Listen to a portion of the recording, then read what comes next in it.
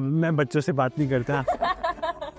I was just like, मुझे कुछ तो करना है. Like my parents had brought me here from all the way from India, and I had like a little bit of that, कि I have to get into a good school. And also my parents had made it very clear कि अगर scholarship नहीं मिलेगी, if I don't have a scholarship, then I won't be able to attend university over here. I would have to go back to India and manage.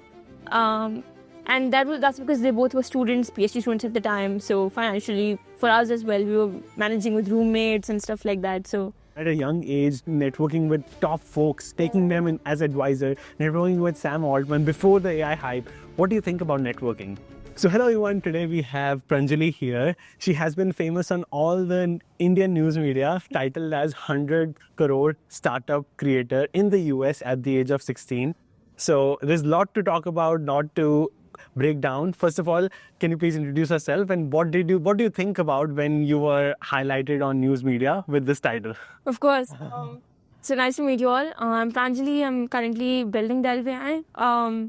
And yeah, I'm building this for past 2.5 years now. The media that you're talking about, that happened last year. That was quite interesting because I never imagined for this to spread in India as fast as it did. Started with like a simple business inside an article, and we did it just because we were like basically preparing to raise money, and media helps with that sort of stuff. And then one thing led to the other, and then there were 600 million impressions in Indian media. Wow. So we were just we were just surprised by it. So the source was Business Insider, right? You got featured on Business Insider and Indian media picked on after that. Business Insider पे इतने views नहीं आए होंगे जितने Indian media पे आए. Yeah, that was absolutely insane. We're going to talk a lot about Delve AI, how you build Delve AI, how it reached this market cap, and especially in your high school, जब हम सोचते हैं, when I was watching, at the age of 16, maybe Shin-chan in my free time, and मुश्किल से assignments खत्म होती थी, and you thought of creating a startup. So before that, let's talk about your move from India to the US. So how was the move like, moving in your middle school, I believe? Yeah, so I moved in 7th grade. My dad was in the army. And we used to travel around a lot. My mom decided to come here for a PhD in public policy. And then we followed 2 years later. My dad ended up taking a sabbatical to also pursue his PhD here. And then we all moved to Miami. He's in tech too, right? He was in the army and now he's doing his PhD in biomedical engineering. Pretty cool. So how did you get into coding? So I read that you started coding at the age of 7. Yeah. On Business Insider. Yeah, that was... So of course, my dad, he was into tech and he was an engineer in the army. So a lot of news articles have extrapolated this as, he was an engineer as well, or he owns a company, therefore she... Yeah, har jagah yahi. Yeah. So he's actually he's basically just a nerd. And he got me into like Scratch and basic coding stuff when I was young.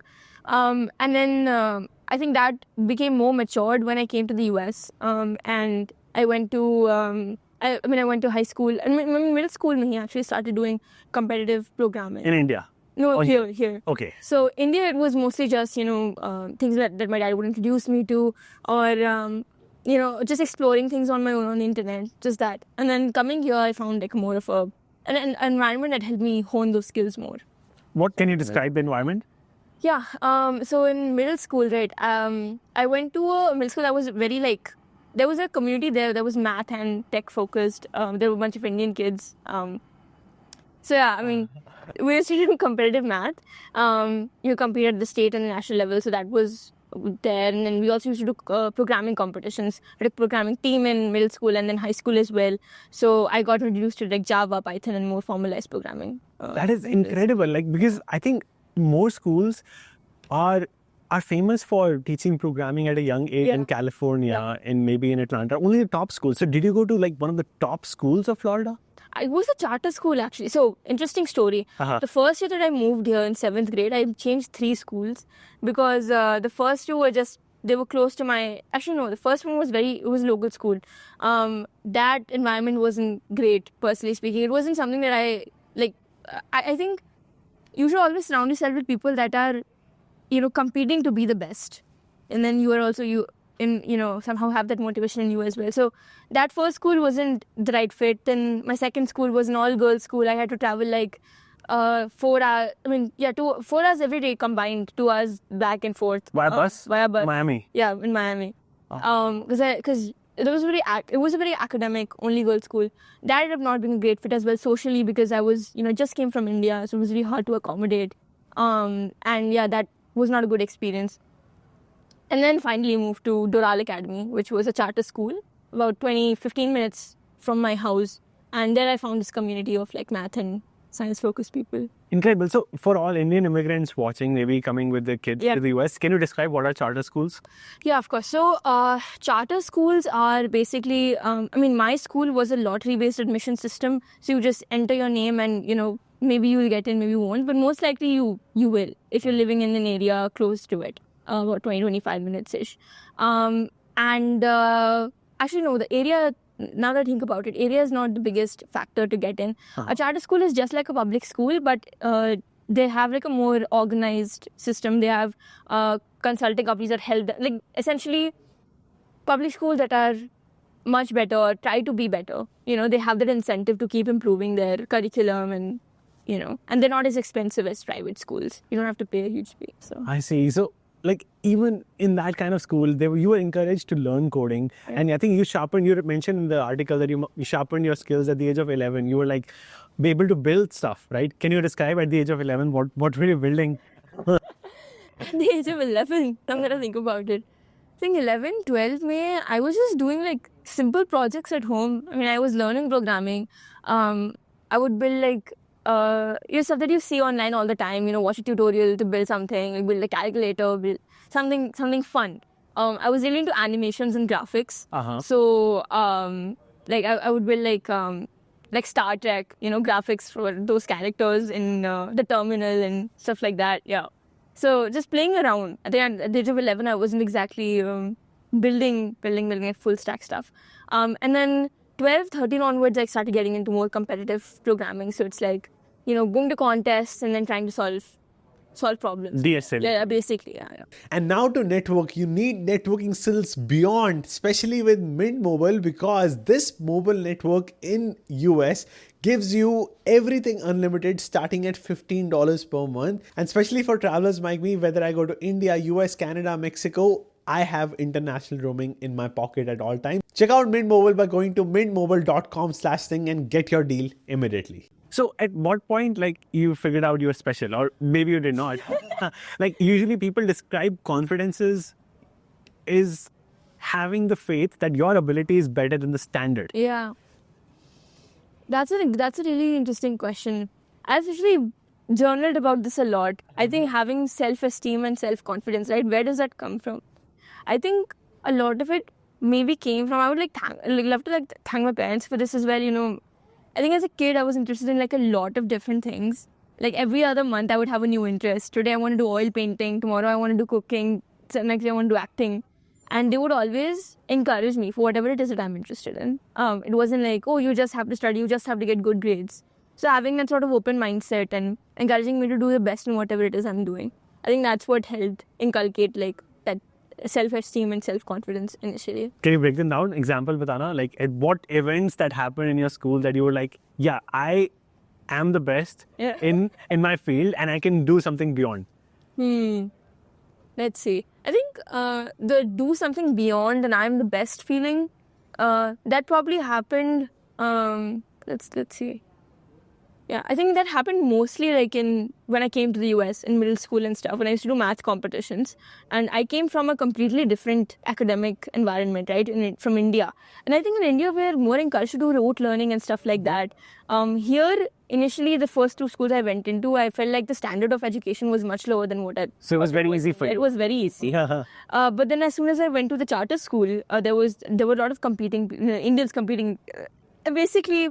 Wherever there's Indians, there's competition, there's, a good standard. So I was doing math and science competitions, and the first few tests I took, I did not do well because I think I was just adjusting to the American contest system with the way that they do math contests over here.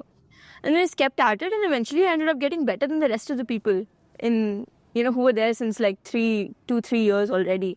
So I think that's when I initially felt like, okay, I think if I have some sort of an innate level of skill combined with, hard work or whatever can really take me to good places. I think that's where it happened. आपकी roller coaster journey थी from the age of 11, 12 to reaching that Miami Tech Conference where you presented your AI startup. So walk us through the roller coaster journey from the age of 12 to 16. Of course. So 12, I'm doing all these math competitions. Slowly, I'm starting to get into hackathons due to the competitive programming. So, I used to do a lot of online hackathons, built a bunch of like very small projects in like AI and stuff, mental health companion, this and that. And then eventually I discovered about Miami Hack Week. So my computer science teacher actually, in 8th grade, or 9th grade, sorry. Yeah. He was telling me about Miami Hack Week, which as actually one of his past students his story is also insane. Michael Saman, he's known as the App Kid. Yeah, so when he was 14, his parents moved here from I think it was Chile. To Miami. To Miami, and they were having a lot of financial troubles. So he took upon himself. He started making apps, pushing down the app store, and started making money from them. And started to support his family at the age of 14, 15. Eventually, his app got so popular that Facebook ended up inviting him to their headquarters, and he started working for them. And he's worked for Facebook, Microsoft, Microsoft, Facebook, Twitter, and Google, I believe. He's just 21, 22. He's now started his own company as well. So no degree, and this was his journey. Yeah, this was his journey. Was he your biggest inspiration? So at that point, yeah, I mean, he's still like one of my biggest inspirations. And yeah, I mean, he was gonna come to that conference. So that's how I got interested, and I ended up going to that conference.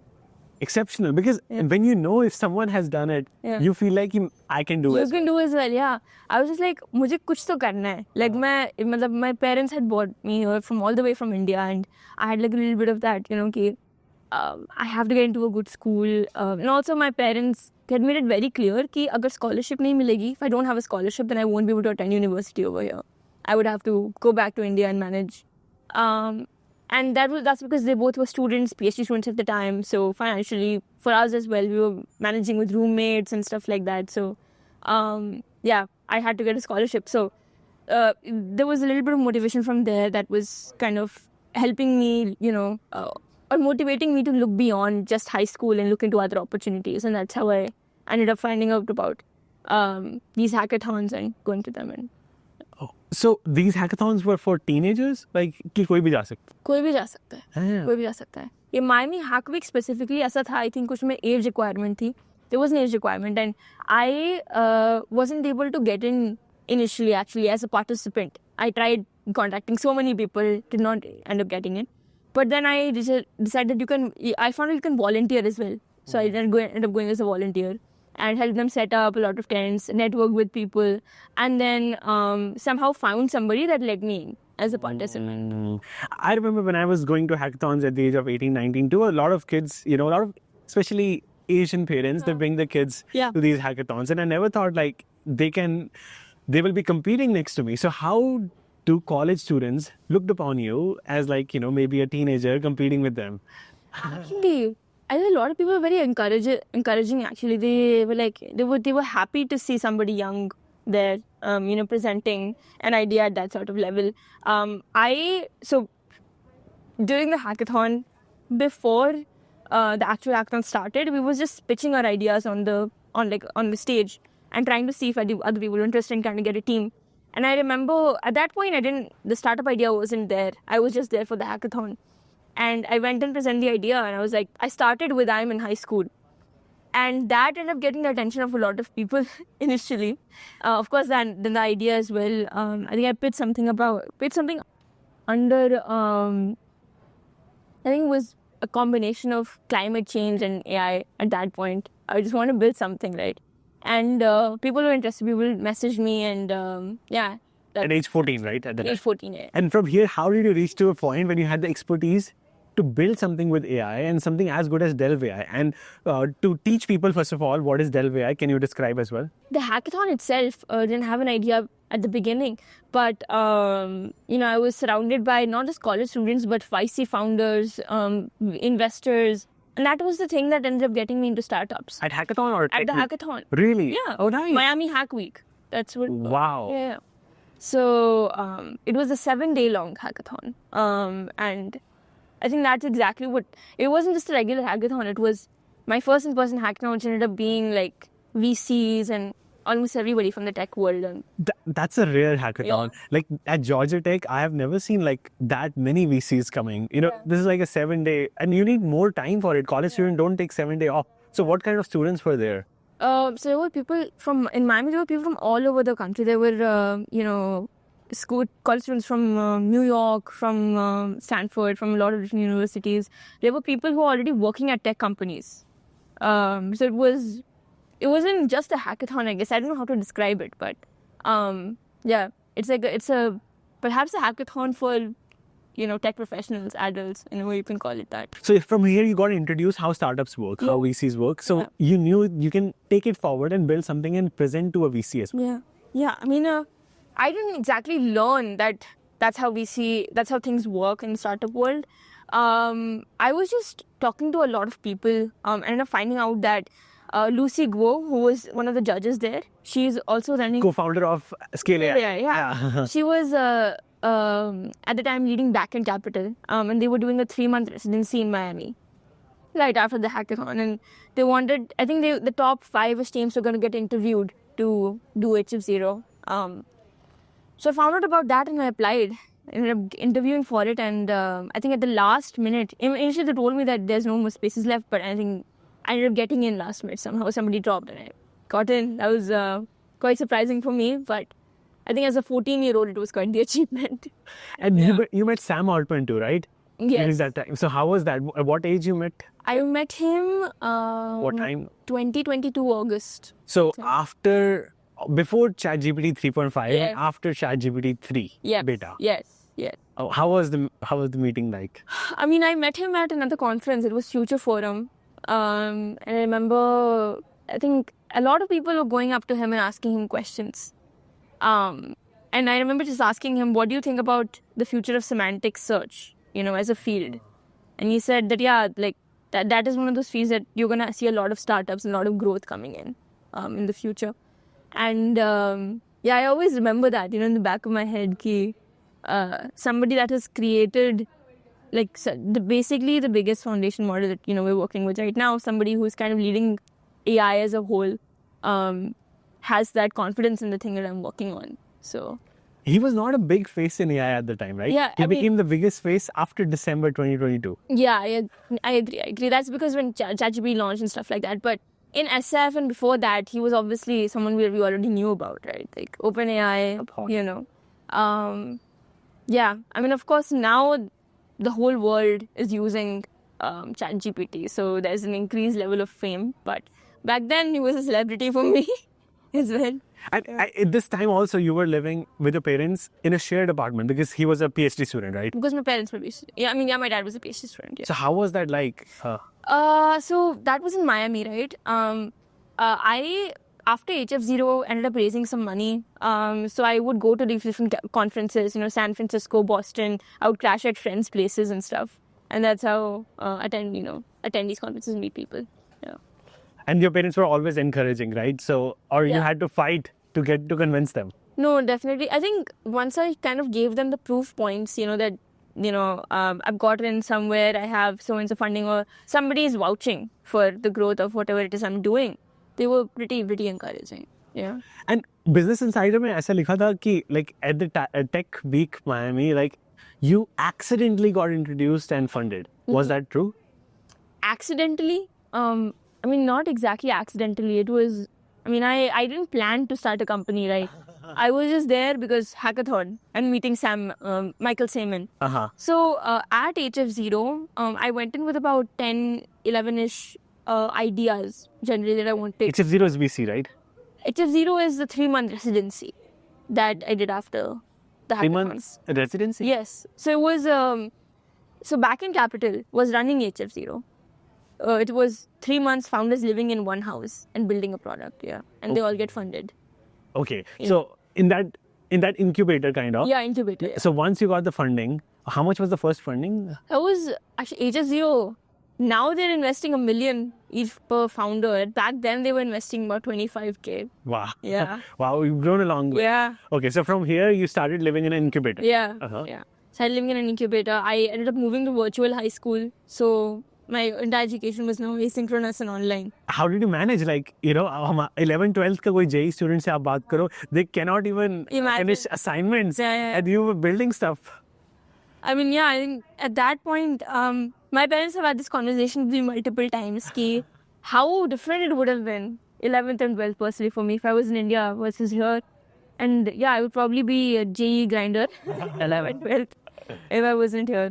But yeah, at that point, I think I consider, the opportunity, like, I'm very grateful for the opportunity I got at that time. I think 11th and 12th, very interesting time. I think even compared to the average high school over here, right, they're all just like kind of on this track, getting into a good school. And I was just in a completely different space, living with people who are 10 years older than me. So yeah, I think I was, the second youngest person was 18 and then 20, 22 and so on. And you were 16, right? I was 14 in the incubator. In the incubator, okay. So 14 to 16, you were in high school, Yeah. in incubator, managing high school. And at the time, you were not thinking about college, right? You were thinking about building and finishing assignments. Yeah. That's how you managed. Okay, so you've graduated high school at, you're now 17. Yeah, now I'm 17. Yeah. So you graduated high school. 18, sorry. I just turned 18. Okay. So you graduated high school last year at the age of 16, 17. Yeah. So now why college? Like you said you were inspired by Michael Simmons, right? Who never went to college. Yeah, you never went to college. So why college for you? I think somewhere down the line I realized that being a solo founder is not great. You definitely need somebody to share that burden with. You need somebody to help you along the journey. And being in college is one of the best places to find a co-founder. I used to read Paul Graham's essays, and I think it's something like 40% of founders meet their co-founders in college. Yeah. And that is the biggest, kind of the place with the highest number of, how do I say this? Founder mode wala banda. Yeah, exactly. We find people here, especially at the college like Georgia Tech. I think the startup ecosystem is growing. And I'm meeting people who have actually done startups in high school as well over here. So a lot of builders, a lot of talented, engineers. So I think it's one of the best places too. So before now, you were building everything alone. Yeah. Team of one. Mm-hmm. Really? I had engineers, of course, on the team, employees and stuff, but I was the solo founder. So how big was your team when you were in high school? About 4 people. So all were in India or Remote. Oh, some people were in Canada. One of them was in LA. One in India. Oh, and how did they feel about working for a teenager? I think they don't really care if they get paid. they get. Yeah, I think at the end of the day, that's literally how I describe it. I never had that sort of. A lot of people ask me this. How did you work with people who are so much older than you? And no one cares to get paid. So no, in your entire journey, कभी ऐसा नहीं हुआ कि मैं बच्चों से बात नहीं करता. ऐसा कभी नहीं हुआ. That's never happened. That's never happened. I think if you talk to maybe old people, right, who are kind of 60 plus-ish, so you'll feel a little bit of a divide, उनको लगता है कि ये बच्चा ये क्या करेगा, type of thing they have that, yeah. But generally, I've never felt that. You said that you have lived in incubators, but you still plan to go to college. Isn't that a very expensive investment, like $40,000 a year? Especially because you're out of state, right? You came from Florida to Georgia. And if you could find co-founders at an incubator, wouldn't that be cheaper? So I would have not gone to college if not for the scholarship. So I ended up getting a scholarship from Massasohn. So that was the Massasohn Foundation. Masayoshi Son, founder of SoftBank, he has his own foundation called Massasohn, and it basically funds young people under the age of 28 and their education, the projects that they're building. So it's only for the US probably, right? No, it's international. Really? Yeah. So even if you're an international student coming from India, you could have been eligible. Exactly. That is what I was an Indian citizen. There was no way for me to get these sorts of scholarships for US permanent residents or citizens or anything. So it was Coca-Cola's, that I think there's a scholarship for Coca-Cola. There's the Bill Gates Foundation. I was looking to all these options. Nothing was there for me. So I ended up founding Masterzone. That is incredible. That's, I think, all international students need to hear. Yeah, I agree. Masterzone Foundation. How did you find? So through a friend actually. So I used to go to, as I told you, I was going to San Francisco and Boston, these places. I ended up meeting somebody at Berkeley who is a student from Sri Lanka, and he got this scholarship as well. Awesome. Now, in your journey, have you ever been like broke? Like, how did you fund the first biggest? Have I been broke? Yeah, in this journey. Like, how did you fix that? Like, kabhi hota hai na, like you need capital to do at least something. For example, if you want to go to maybe San Francisco, you need $500 for the flight. Yeah. I ended up raising money a little bit after, Age of Zero happened, and then I ended up getting some money from ODX, On Deck, and then Angel List as well in 2023, a couple more angel investors. So that's what initially helped me out. So all these costs, yeah. एक बार first funding मिली आपने लड़ी लगा दी, like, and then hota gaya. Awesome. So now let's get to know more about your project. So like for let's say a 5-year-old kid, can you walk them through Delve AI? Yeah, of course. So I was actually just reading a book on this, Information and Society, and it was talking about how our entire world is, information is growing at a rapid speed. And that's okay. For a 5-year-old kid, how would I explain this? Literally, for a 5-year-old kid. 5 to 10, like think as smart as you when you were 10. Think that way. I see. Because we want to make those 10-year-old kids watching as well as smart as you are.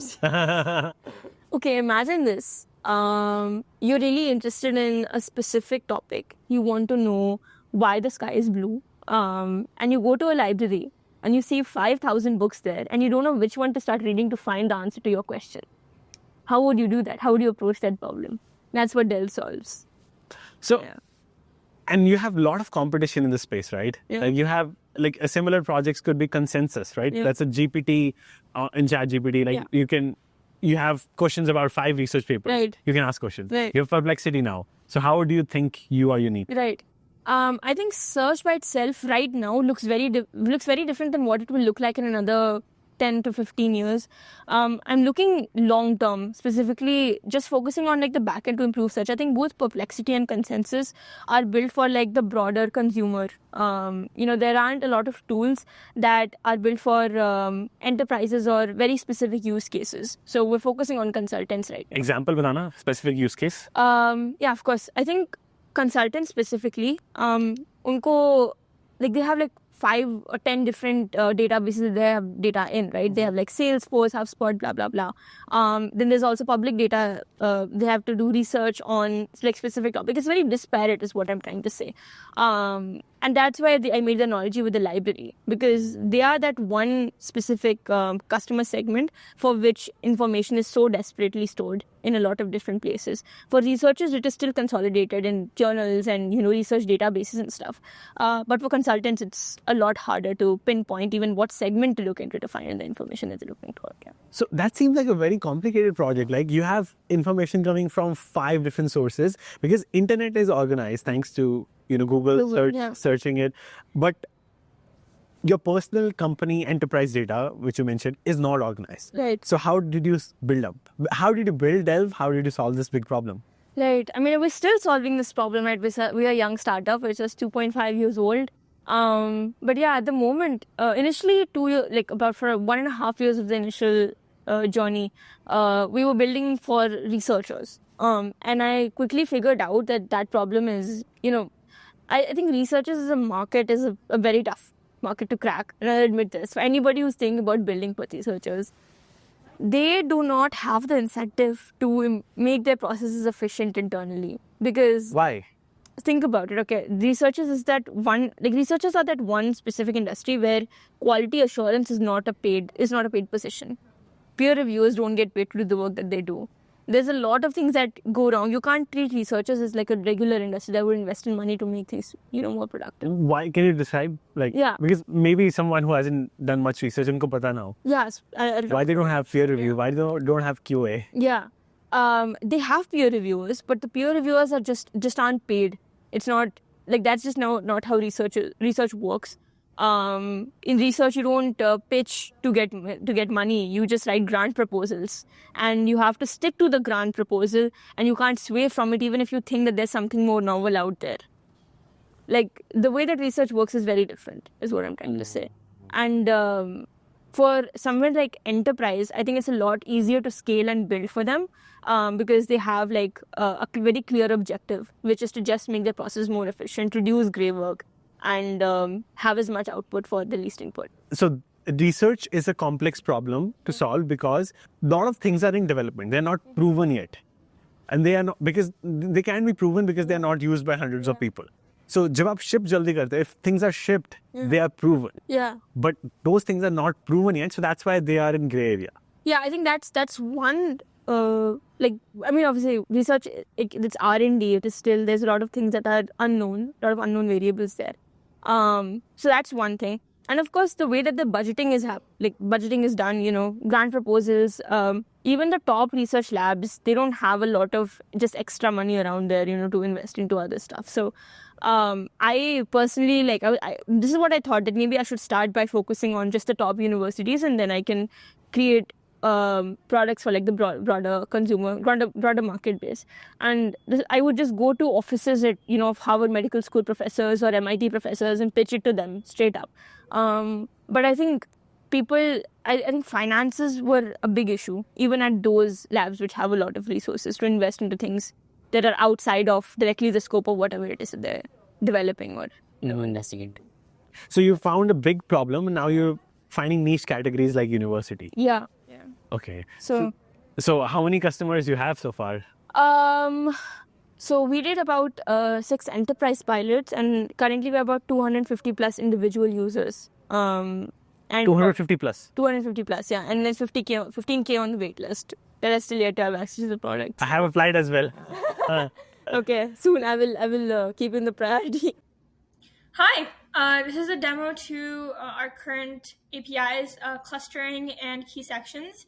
And so I've run a query on COVID-19, sort of on the entire corpus of PubMed documents.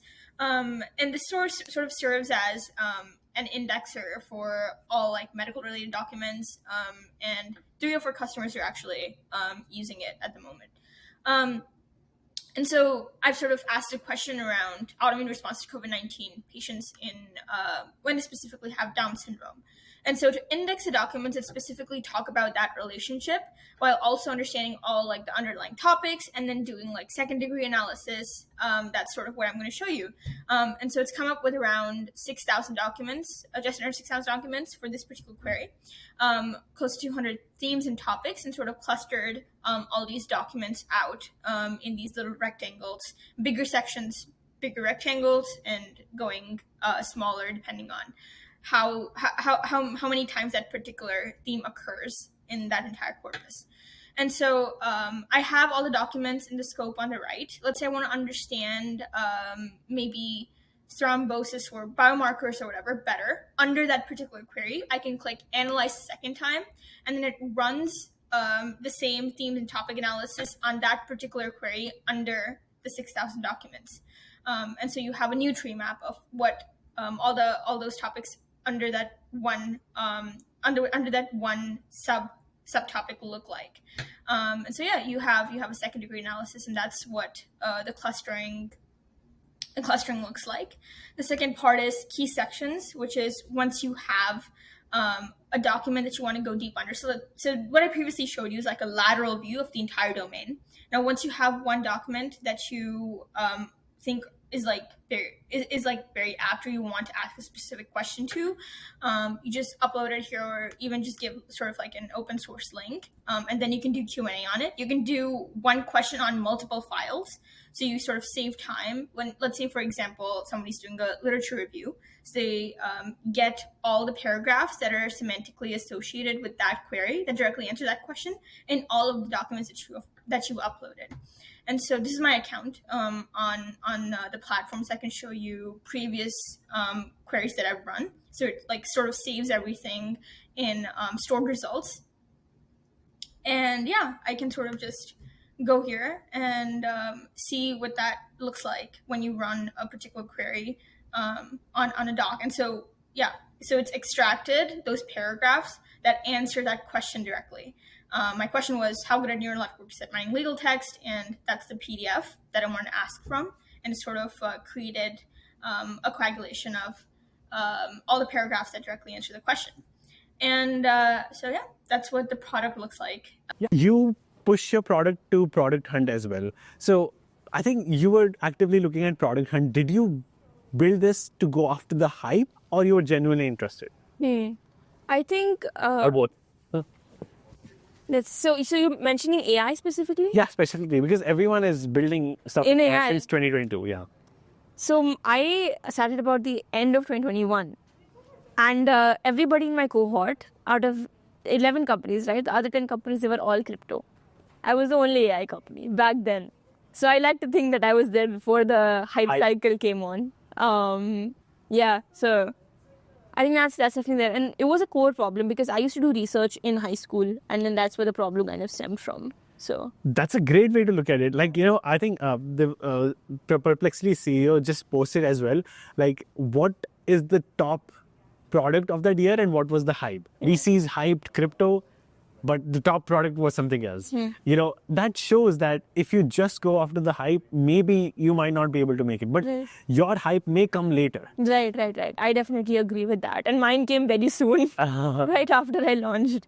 But yeah, at the moment, I wasn't really seeing a lot of AI companies. I mean, Product Hunt was like a lot of crypto companies, increase your savings by, a bigger APR by investing it in crypto and stuff like that. So a lot of ideas in that field, decentralized finance.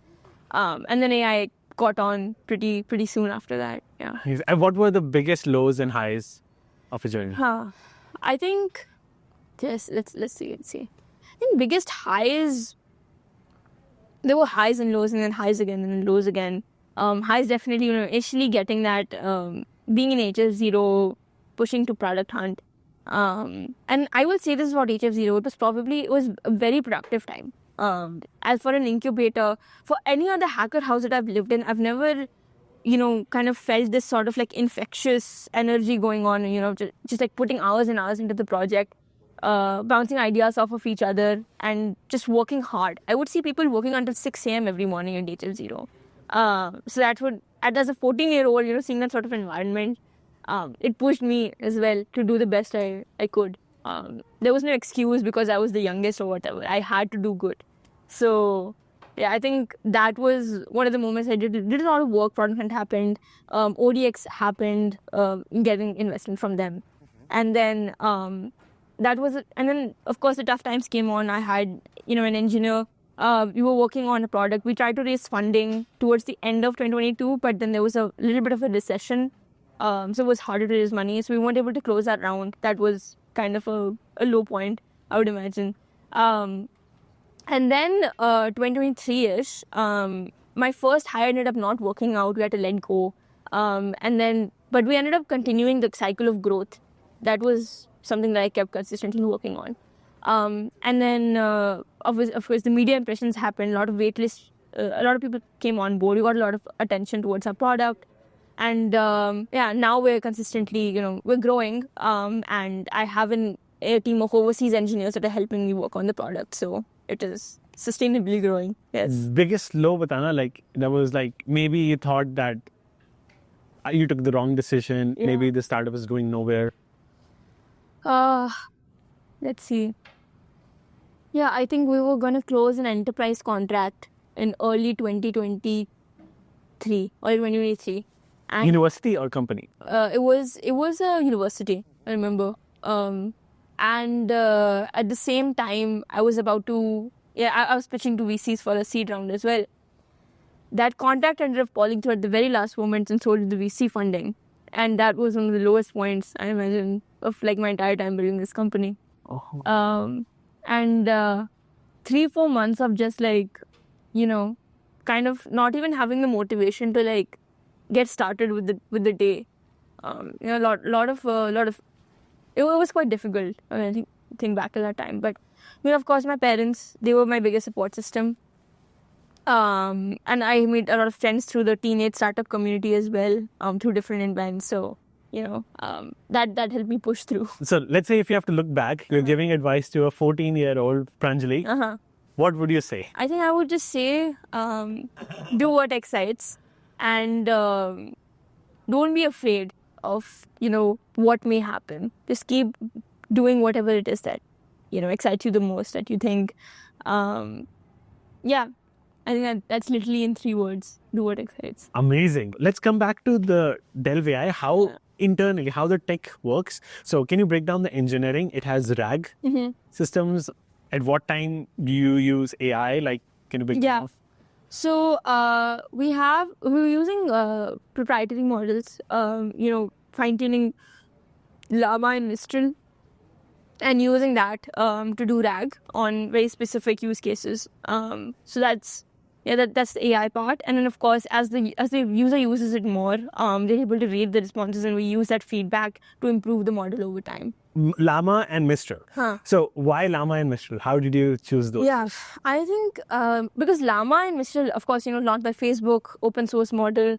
I tweaked around with it. Ran a few fine-tuning experiments just on my own, on like biomedical Q&A, biomedical question and answering tests.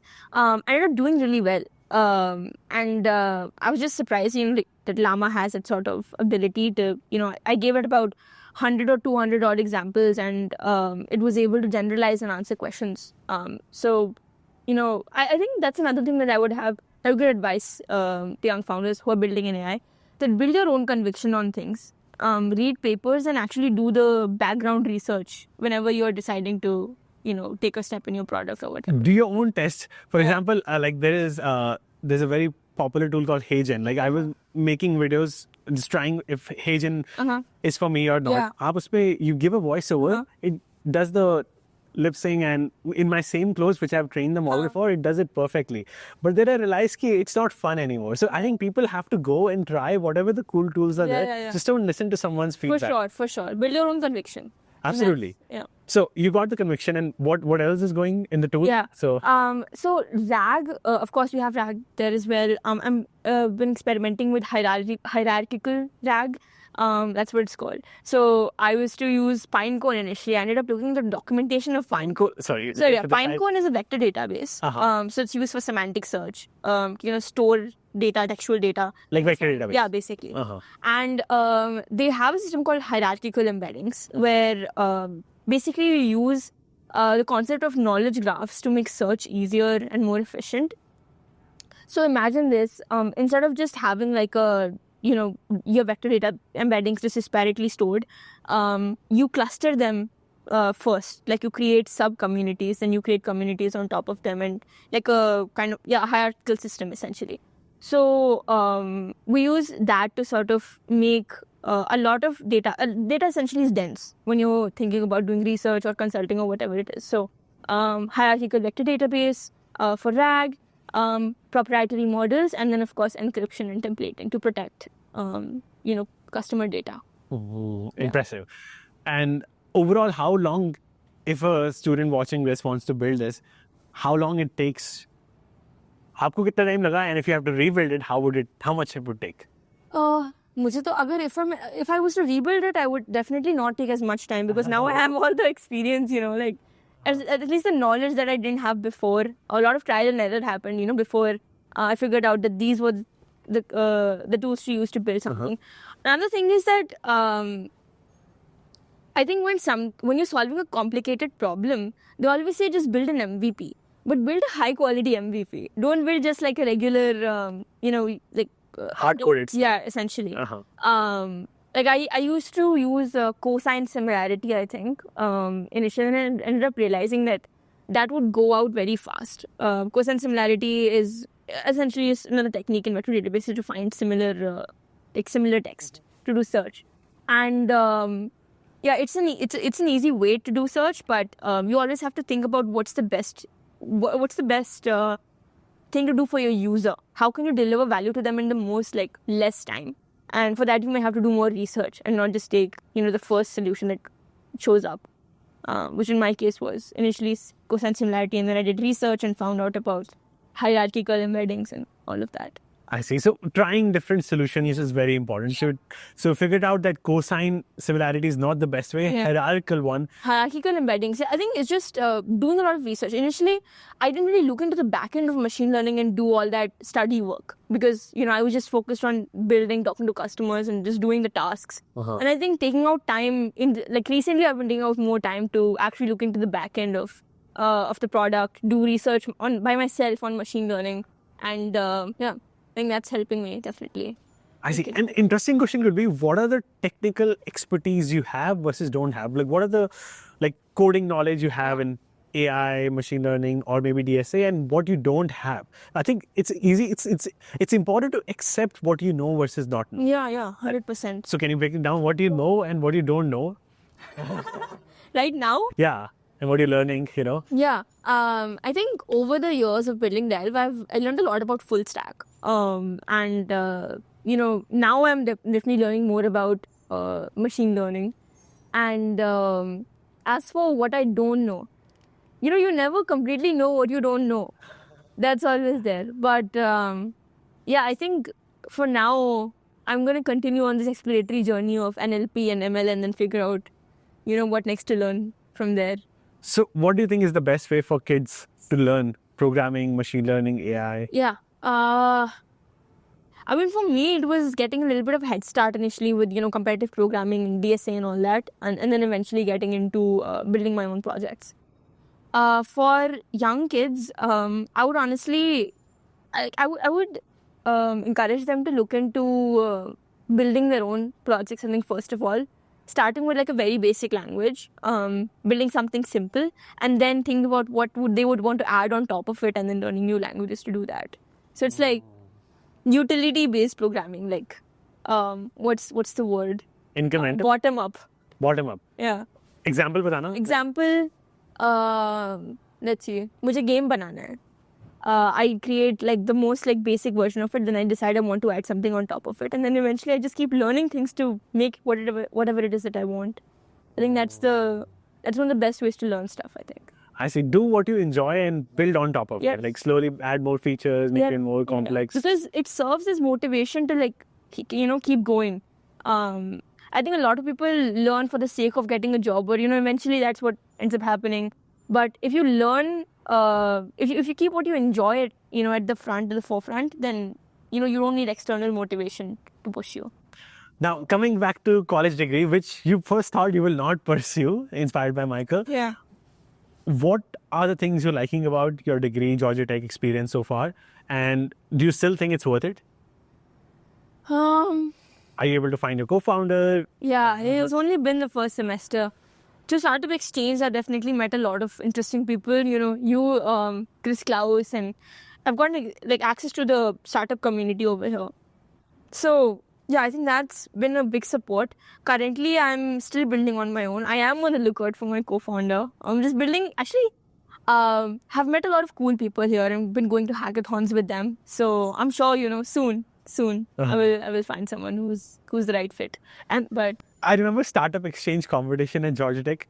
There were 3 winners. Yeah. All 3 were Indian.